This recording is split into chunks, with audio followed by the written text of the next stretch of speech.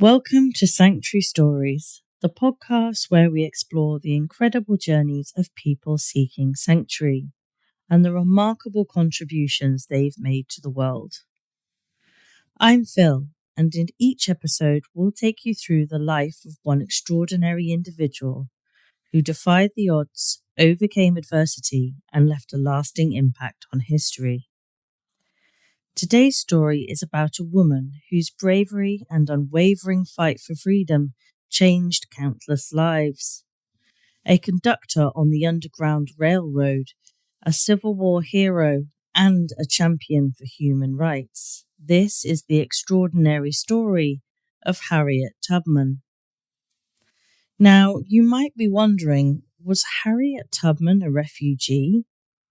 By modern definitions, a refugee is someone who flees their country due to persecution. Harriet didn't cross international borders, but she fled brutal oppression and systemic violence, seeking safety and freedom in the northern states in Canada. Her journey was one of seeking sanctuary, not just for herself, but for hundreds of others. Her story reminds us that the concept of seeking refuge transcends borders. It's about the universal right to live free from fear and oppression. In a time when people seeking sanctuary still face walls, barriers, and uncertainty, Harriet's journey echoes loudly, reminding us that the fight for freedom knows no boundaries. So get ready, because this is the Harriet Tubman story. A tale of courage, survival, and the relentless pursuit of freedom.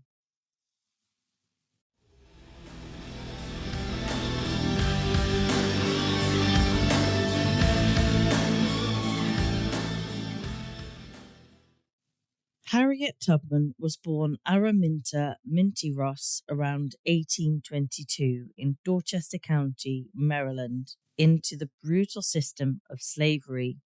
She was one of 9 children born to Harriet Rit Green and Ben Ross. Her earliest memories were marked by violence, separation, and fear.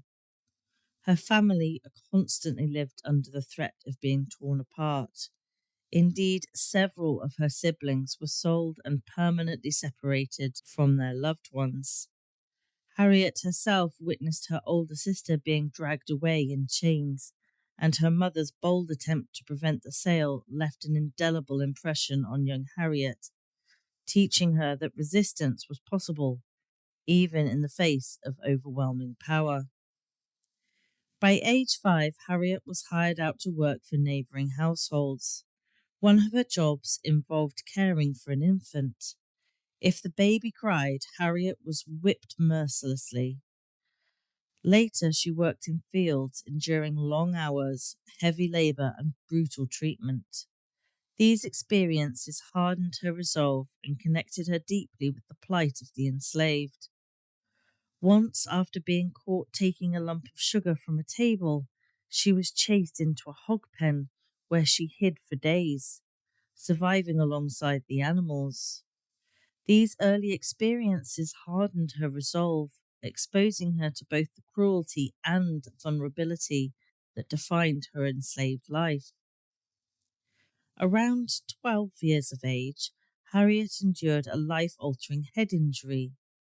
An overseer hurled a 2-pound weight at another enslaved man, attempting to escape, but it struck Harriet instead. The blow fractured her skull, causing lifelong seizures, intense headaches, and vivid visions, which she interpreted as divine revelations. These spiritual experiences deepened her faith and became a guiding force in her life. "I always told God," she later said, "I'm going to hold steady onto you, and you've got to see me through." Despite the hardship, Harriet's mother taught her stories from the Bible and songs that carried coded messages of hope and resistance. Spirituals like "Swing Low, Sweet Chariot" became more than hymns, they were signals of escape and resilience. In 1844, Harriet married John Tubman, a free black man. Their courtship began during Harriet's hired labour on a neighbouring plantation where John worked. Though their marriage was rare in a society that generally prohibited such unions between free and enslaved people, it was complicated. Any children they had would inherit Harriet's enslaved status. John, fearing the dangers of escape, discouraged Harriet's talk of running away, warning her of the risks. Yet Harriet's determination for freedom only grew stronger, especially when, in 1849, she learned that she was to be sold further south, where conditions were even harsher. Faced with the prospect of losing everything, she made the daring decision to flee.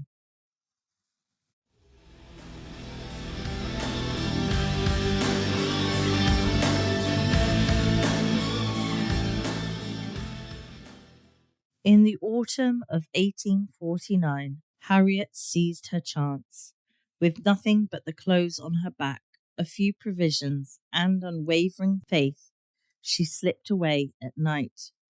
Guided by the North Star and aided by the Underground Railroad, a covert network of safe houses and abolitionists, she navigated dense forests, treacherous marshes, and hostile territories. Without formal education, maps, or a compass, she relied on the North Star and the whispered knowledge passed among the enslaved. Her journey was aided by key figures in the Underground Railroad network, including a Quaker named Thomas Garrett, known for helping thousands of escapees. Another early ally was William Still, a black abolitionist in Philadelphia, who documented her story and connected her with safe houses. The journey was perilous. Patrols hunted escapees relentlessly, and bounty hunters saw rewards for their capture. But Harriet pressed on. When she crossed into Pennsylvania, she later recalled the overwhelming emotion. When I found I had crossed that line, I looked at my hands to see if I was the same person. There was such a glory over everything. Freedom, however, brought mixed emotions, joy for herself, but sorrow for those still enslaved. I was free, she said, but there was no one to welcome me to the land of freedom. I was a stranger in a strange land, and my home, after all, was down in Maryland. Because my father, my mother, my brothers and sisters and friends were there. But I was free, and they should be free. Harriet's first rescue mission was deeply personal. Her niece, Keziah, was slated to be sold at an auction in Cambridge, Maryland, working with Keziah's husband, John Bowley, a free black man who had saved enough money to try to buy his family's freedom. Harriet devised a daring plan. On the day of the auction, John placed the highest bid to stall the process. As night fell, Harriet guided Keziah and her children to a waiting boat arranged by Bowley. Navigating treacherous waters and evading slave catchers, they escaped to Philadelphia, where Harriet's Underground Railroad contacts provided refuge. This successful rescue, accomplished through careful planning and community collaboration, emboldened Harriet, showing that freedom was not just a dream, it could be seized with courage and strategy. Harriet's missions were meticulously planned. She chose times when slave patrols were less vigilant, often in winter or on the weekends. Her routes included safe houses maintained by abolitionists and free black families willing to risk everything, carrying a pistol for protection, and to deter anyone tempted to turn back. She made her stance clear. You'll be free or die. Her leadership blended compassion with steely resolve.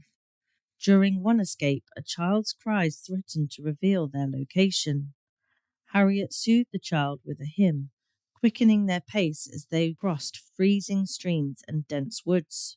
By the early 1850s, Harriet had completed multiple rescue missions, each fraught with danger. The Fugitive Slave Act of 1850 intensified these risks, allowing slave catchers to pursue escapees into free states. Harriet adapted by leading many to Canada, beyond US jurisdiction. Her efforts freed an estimated 70 enslaved people through 13 trips and indirectly helped hundreds more. "I never ran my train off the track," she said proudly, "and I never lost a passenger." One of the most harrowing moments came during a rescue attempt for her brother Moses. Although he initially doubted Harriet's ability to free him, her arrival, risking her own life, moved him to tears. Moses' successful escape inspired others in the enslaved community to trust Harriet's Underground Railroad missions. The story goes something like this. The cold night air clung to Harriet's skin as she crouched beneath the dense canopy of trees, her heart echoing in her ears. She glanced upward. The North Star gleamed brightly, a constant guide in the darkness. Her fingers tightened around the worn fabric of her shawl, not for warmth, but for courage. Tonight wasn't just another mission. It was personal. She was here to save her brother Moses. Word had reached her through whispered messages passed along the Underground Railroad. Moses was to be sold further south. Harriet knew what that meant.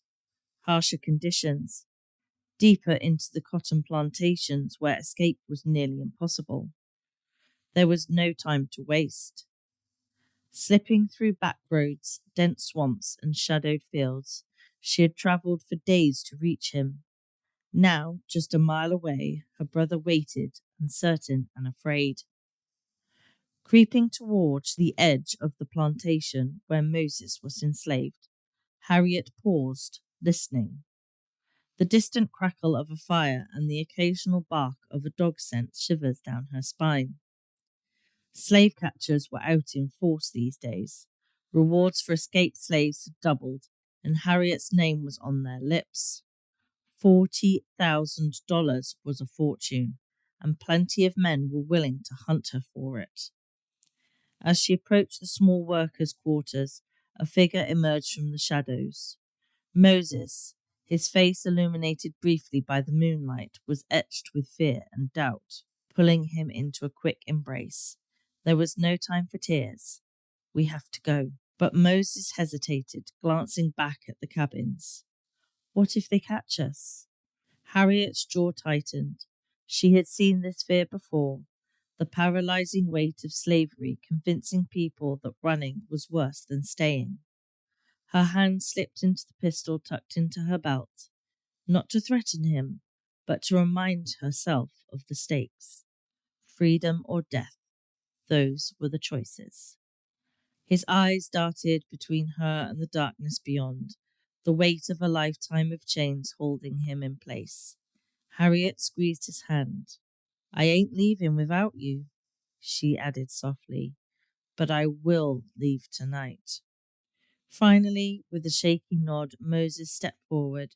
Relief surged through her, but the danger had only just begun.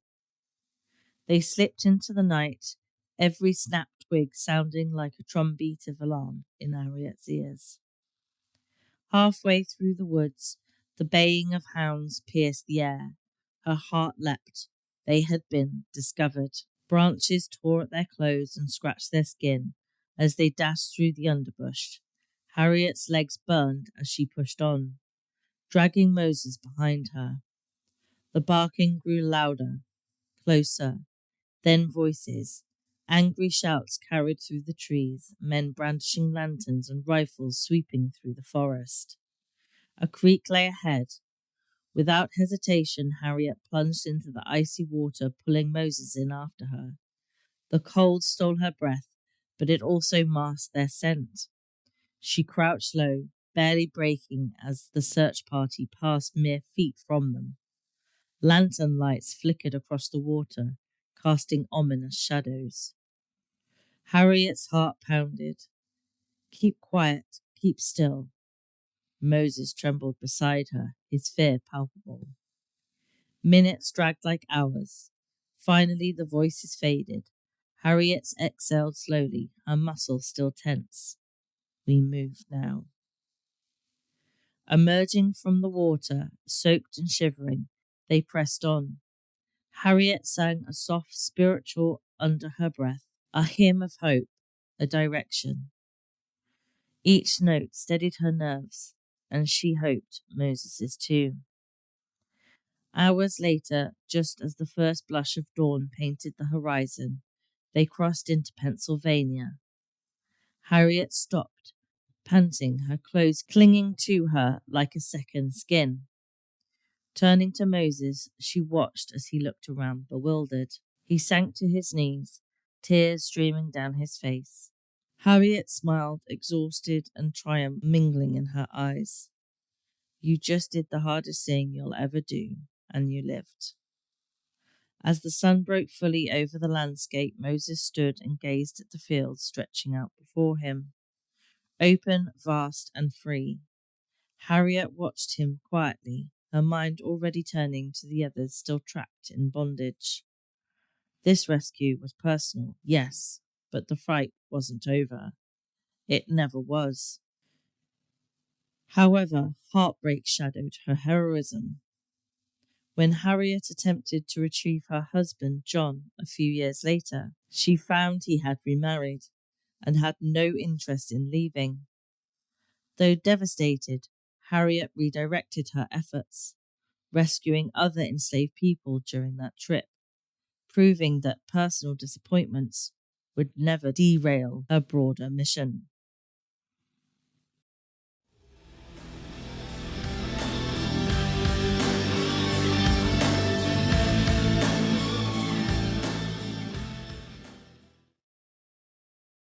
The Civil War erupted in 1861 and lasted to 1865. With the onset of the Civil War, Harriet saw an opportunity to further the abolitionist cause.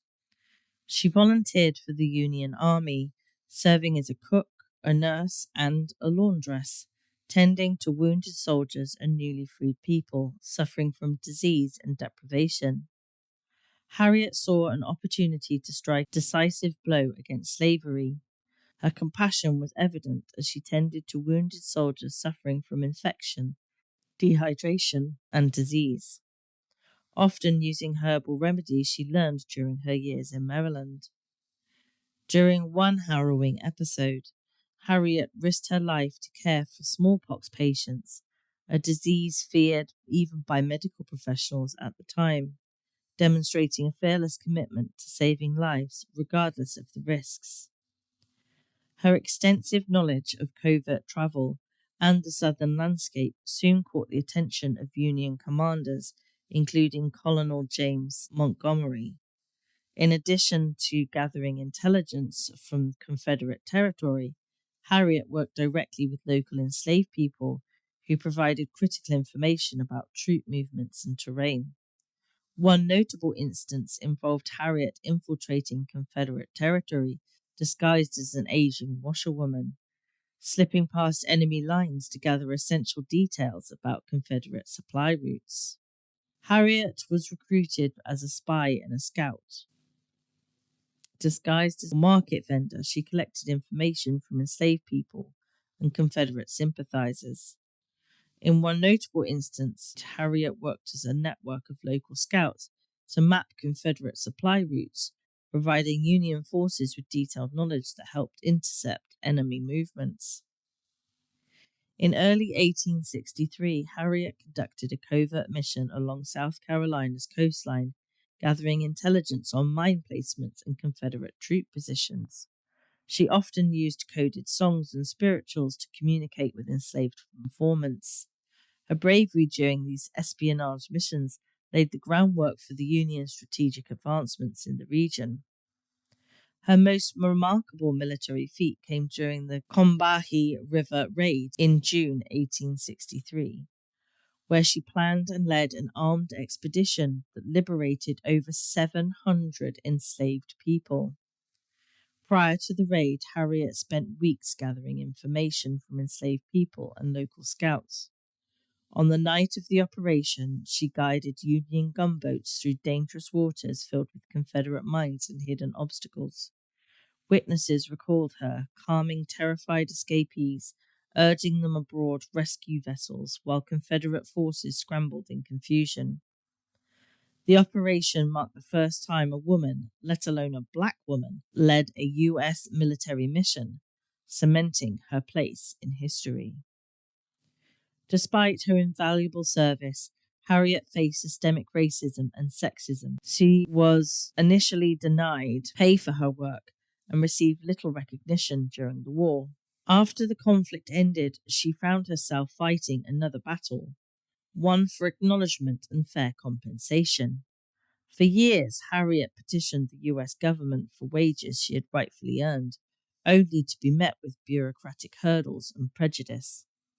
Her requests were repeatedly dismissed, with officials questioning the legitimacy of her military contributions, despite testimonies from Union officers praising her intelligence and work and leadership.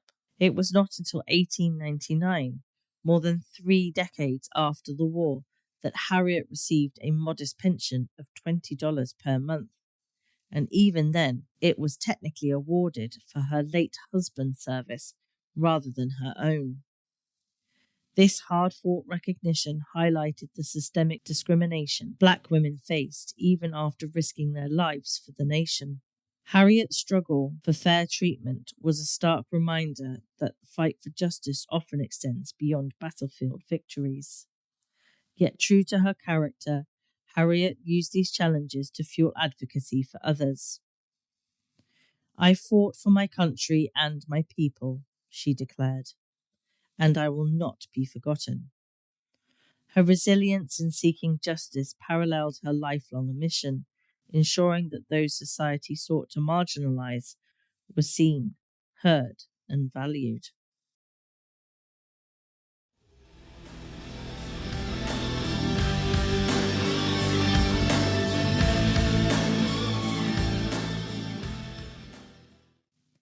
As the war concluded, Harriet's focus shifted towards rebuilding lives and communities. She became a tireless advocate for women's suffrage, standing shoulder to shoulder with leaders like Susan B. Anthony and Elizabeth Cady Stanton. In her speeches, Harriet emphasized the intersection of race and gender, insisting that Black women's voices be included in the struggle for equality. "I suffered enough to believe in equality of all people," she declared.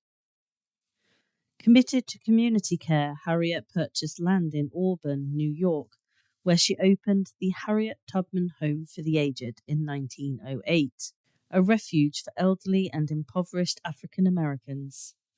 Despite financial struggles, she often gave away what little she had to those in need. Her generosity was boundless, rooted in the same compassion that drove her to risk her life repeatedly, but her unwavering pursuit of justice never ceased. Her story of persistence, both in combat and in the face of institutional injustice, serves as a powerful testament to her indomitable spirit and enduring legacy. Her final years were marked both hardship and enduring purpose. Even as arthritis and declining health confined her, Harriet continued to advocate for others. Friends and allies raised funds to support her, recognized the nation's debt to her courage. When she passed away on the 10th of March, 1913, surrounded by loved ones, she reportedly whispered, "I go to prepare a place for you." Her funeral, attended by hundreds, featuring full military honours, reflected the profound respect she had earned. Harriet Tubman's legacy is more than a tale of escapes and rescues. It's a testament to the transformative power of relentless compassion and unwavering conviction. She challenged systems of oppression, not just with words, but with direct, courageous action. Her journey from enslavement to national heroism remains a beacon for those fighting for justice today.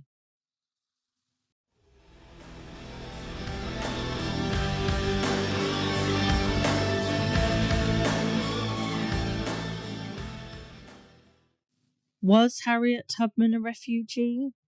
Not by strict international standards, but her life embodied the very essence of seeking sanctuary. Harriet did not cross national borders to escape persecution. She crossed the harsh, unforgiving boundaries of slavery, risking death, capture, and violence to claim her freedom.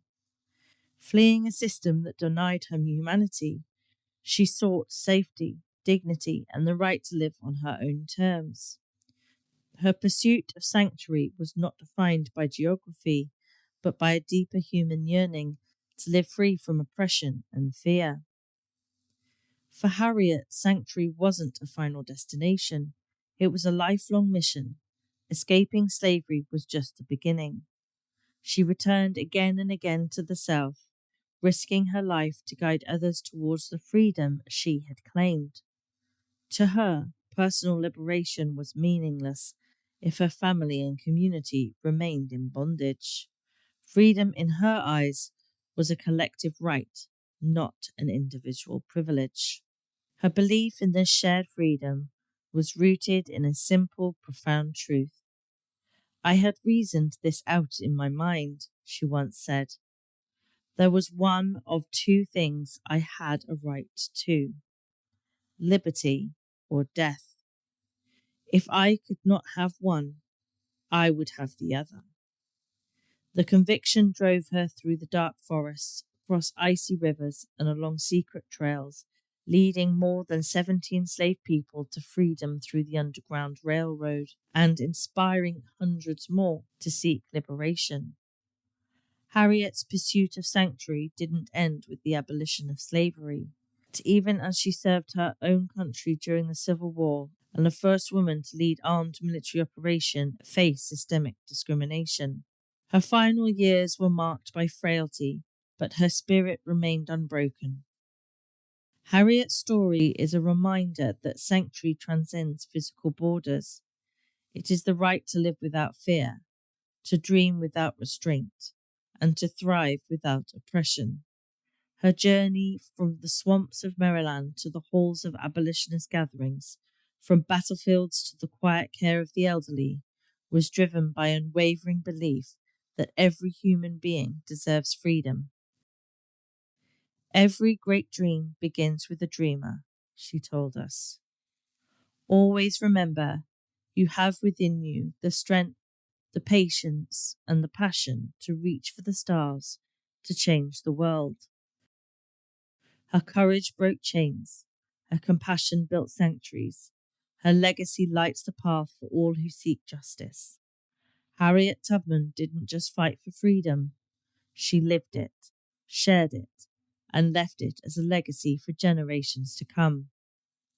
In her life, we find the essence of sanctuary, a place not just of safety, but of dignity, hope, and humanity.